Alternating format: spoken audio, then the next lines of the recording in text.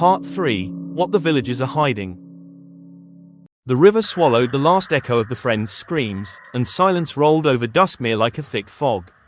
But deep inside the abandoned houses, behind nailed doors and shuttered windows, the villagers had heard everything. Not one of them dared to step outside. Not at 3 p.m. Not when the river was awake. Inside an old, crooked house at the village center, the elders gathered around a dim lantern. The flame flickered violently, as if sensing the fresh offering taken by the water. Elder Nkiru, the oldest among them, clutched her walking stick as the ground trembled faintly beneath their feet. "It has fed again," she whispered. "And it is not satisfied." The others kept their eyes low. Fear clung to them like a second skin. They were outsiders, one man muttered.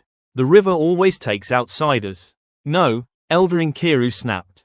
"The river only takes who it wants. Outsider or not." A cold wind pushed through the cracks of the house, carrying a faint wet noise, like dripping, or breathing. The lantern flickered. Everyone froze. Because that sound meant only one thing. The river had crossed the boundary. That never happened. Not unless the ones it claimed were still alive. Or worse, alive on the other side. A young woman, Lota, finally gathered the courage to speak.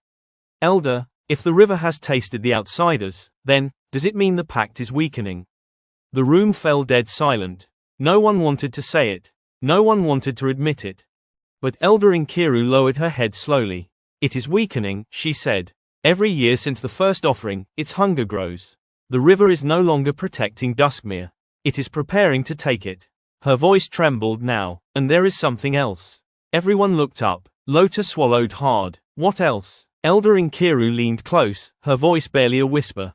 "The river spoke to me." A chill raced through the room. "What did it say?" someone asked. The elder's lips trembled as she forced out the words. "It said the outsiders were chosen. And they will return at dusk." A heavy knock shook the door. Once, twice, then a soft, wet dragging sound slithered across the porch.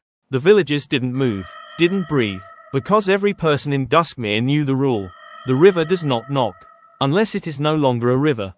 Unless it has taken a shape. And unless the ones it dragged under were no longer human. Thanks for watching. Please don't forget to like and subscribe for continuation of this spooky story.